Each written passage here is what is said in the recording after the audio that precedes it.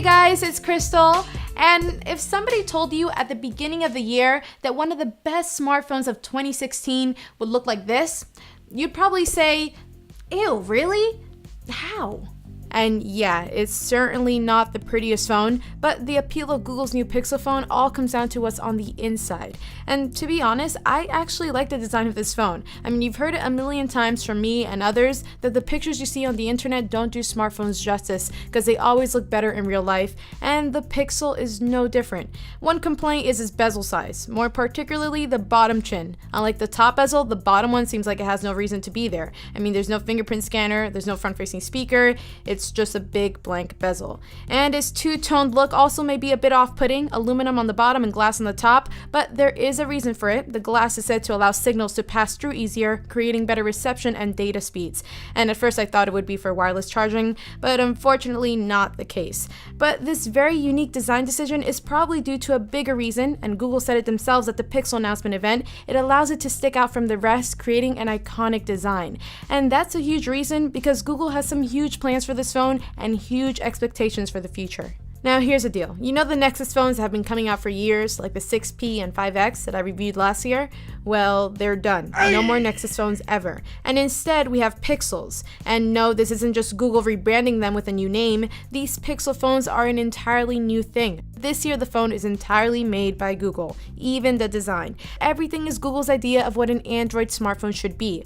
Google Pixel phones are pretty much in direct competition with Apple's iPhone, and they're appealing to the mainstream market by creating a very simple and clean phone experience. I mean, they're not even calling this an Android phone. Not once does it say Android when setting up the phone, and that's probably to remove the negative stigma that has been present with the word Android in the past. They come in two sizes, the smaller with a beautiful 5-inch 1080p AMOLED display, and the larger XL model with a beautiful 5.5-inch Quad HD AMOLED display. And that's really the only difference between the two phones, besides battery sizes of course. But most will not even notice a difference between the 1080p 5-inch display and the 5.5-inch Quad HD display. These AMOLED displays are gorgeous with vibrant colors and as deep blacks as you can get. And because of these differences in screen sizes and pixels being displayed, battery life on both phones are very similar. So finally, we have a phone that comes in a smaller model without having any features removed. I like how there's no camera bump, and it's pretty interesting that the bottom of the phone is actually thinner than the top. Now, whether you like the Pixel design or not, you can always toss a D-brand skin on there like me to get the phone to look exactly how you want it. And if that's something you're interested in, I'll put a link in the description for you. Anyway, yes, this phone is beautiful and simple, and for the first time, I don't feel like I need to do any customizing to make this phone work the way I want it to. I mean, right out of the box, it works for me. And I can confidently say that for most people, no matter how tech savvy they are, they will feel the exact same way. There's no ugly widgets pre-installed or sponsored apps or duplicate apps unless you buy it from Verizon. And you have this very clean and simple Pixel launcher, and I love the animated backgrounds it comes with. You don't have an app drawer icon. Instead, you can swipe up to access your apps, which feels very natural. And the best part is that it allows for an extra app to be placed in the dock. And there's a little G tab in the left which pulls out a Google search bar to search the web, and swiping to the right brings up your Google Now page with all your information and interests. And of course, we're running the latest version of Android 7.1 Nougat, so we have new navigation buttons on the bottom with a cool animation when clicking the home button, and a cool animation for pulling down the notification shade with blue accents instead of green, which is just a preference thing, but I really love that. And this blue also replaces a green in the Google keyboard and settings. Now, if you have trouble reaching the pull down notification shade with one hand, Google allows for the fingerprint reader that's found on the back of the phone to act as a gesture pad. So swiping down on the scanner can bring down your notification shade, which is so helpful, although you will be accidentally triggering this a lot until you get used to holding your phone differently. Speaking of the fingerprint scanner, it's super fast at reading your print, and more importantly, it's very reliable. It's one of those scanners where you never have to worry about it failing on the first try. And yes, it is on the back, so that kind of stinks if the phone is lying on a table, but when holding the phone, your finger is naturally already there, which makes it less awkward than the ones found on the front.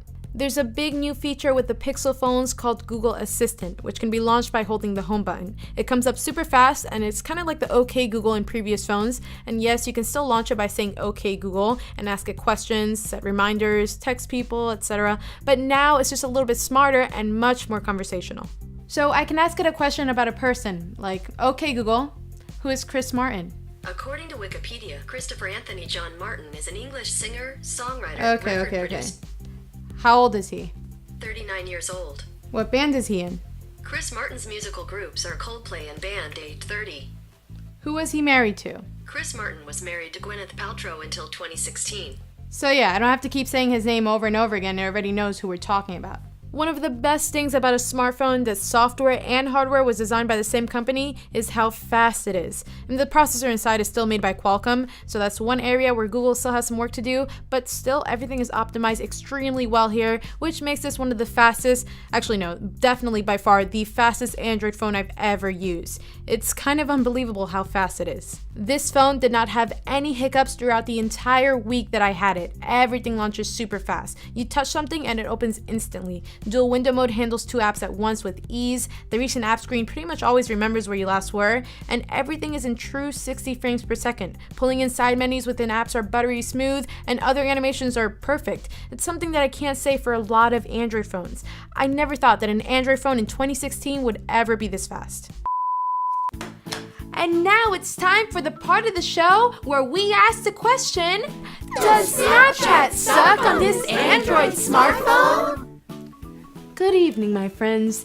And the answer to that question is, yes, it does suck. But what do we expect? Wait, hold up. What? Okay. We've just got word that, no, Snapchat doesn't suck? Yep, that is saying something. Snapchat is super fast on this phone, by far the fastest on any Android phone, almost as fast as it is on the iPhone. I mean, if even Snapchat can run well, they hit the ball out of the park. And if there's ever a problem, you have live customer support chat right in the settings menu, where you can even share your screen with the agent to help fix your problem. Now, there is definitely some areas that Google failed on, like speaker quality. For all of you coming from a Nexus 6P or even an iPhone 7, your stereo speakers cannot be found here. And there's also no water resistance here. Well, not like the iPhone 7 or Galaxy S7 at least. It's IP53, which pretty much only makes it resistant to some minor splashes.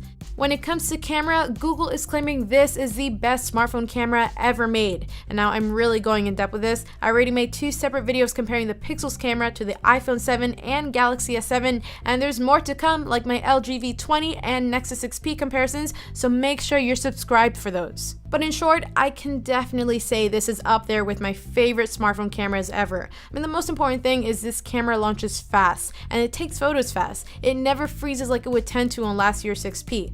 Now, quality-wise, what makes a photo great is very much left up to preference. And what makes the Pixel special is its dynamic range capabilities thanks to its HDR Plus mode. Yes, every phone has an HDR mode where it takes 2 shots of different exposures and quickly pieces them together to create a well-balanced shot, but the plus at the end of HDR Plus on the Pixel phone takes this even further. On top of this, it also takes a few seconds to pretty much add a filter on top and Photoshop the crap out of it, boosting saturation, contrast, and reducing the noise. It's like you have your own tiny personal Photoshopper living inside your phone after each shot you take. Is this a good or bad thing though? Well, let's just say if you're somebody who's looking for a phone that takes realistic photos, the Pixel is not going to be for you. Sometimes this HDR Plus mode can just be way too much, but most of the time, I love it. The biggest thing I look for in a smartphone is how well it can handle situations with high dynamic range. So that's where the Pixel and the Pixel XL, well, excel. The Pixel is also a low light beast in terms of brightness and colors. Pictures look incredible, but since there's no optical image stabilization here, low light pictures will never be as sharp as they are in outdoors. And one thing I have to say though that is kind of annoying is that there's 3 HDR Plus modes: off, auto, and on. And by default, HDR Plus auto is selected, which is fine, but you can never change this. And this is kind of a big deal because even when HDR Plus auto is selected and chooses to use HDR Plus, it still never looks as good as it would have if I actually put HDR Plus on manually. HDR Plus off is instant, HDR Plus auto is instant too, with about 3 seconds of post-processing, and HDR Plus on always takes a few seconds to take the shot, and then about 3 seconds of post-processing. So there's definitely a difference there, and I just hope that Google pushes an update to allow us to have HDR Plus on all the time. There's also a cool lens blur feature that blurs the background to create emphasis on the subject. It works really well too, but it's a little slower than the iPhone 7 Plus because it's not instant and it's applied after the fact. It requires you to snap the picture and then slowly move the phone up. And remember, I'll be going more in depth this week with the camera, so make sure you're subscribed for that. at the end of the day, the Pixel XL and the Pixel will probably still be alive. And actually, these two phones sit at the top among other phones like the iPhone 7 Plus and the S7 Active in terms of battery life.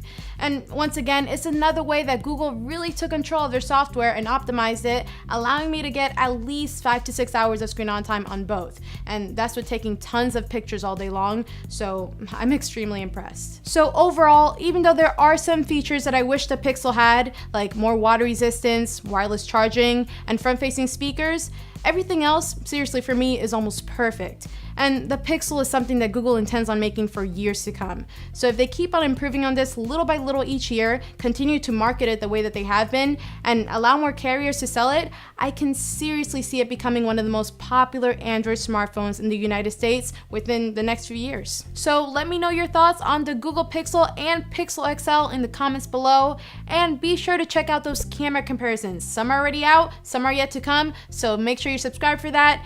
Thanks for watching, guys, and I'll see you later.